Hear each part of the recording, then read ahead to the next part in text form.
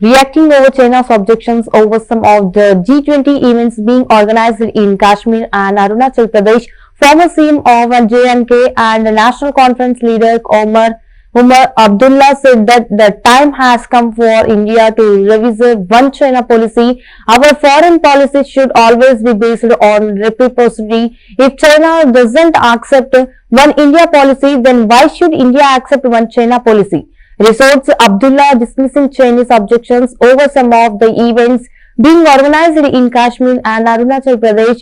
Prime Minister Narendra Modi said it is natural for India to hold G20 meetings in every part of its territory as part of its efforts to showcase India's cultural and regional diversity at a global stage. The Modi government has hosted G20 events across the country's length and breadth. India held the third G20 working group meeting to our tourism for 3 days from May 22 in Srinagar.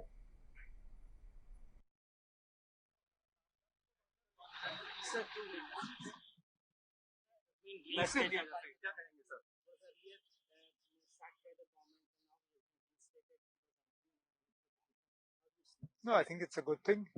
His suspension was, I think, a violation of his fundamental right to seek justice from the Supreme Court. All he was doing was petitioning against what happened on the 5th of August. Petitioning the Supreme Court can neither be seen as something illegal nor anti-national.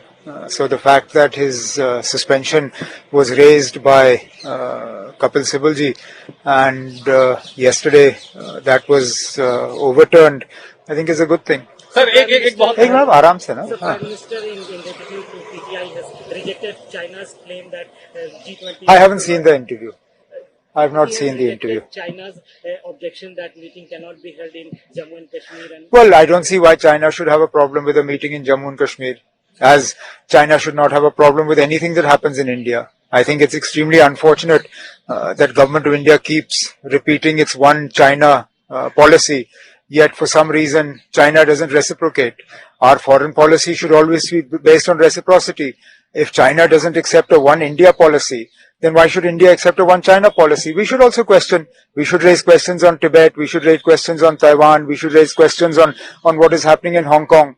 It shouldn't be one-sided that only China can raise questions about what happens in India and not vice versa. I believe that if China is going to continue to do this, then India must also revisit its one China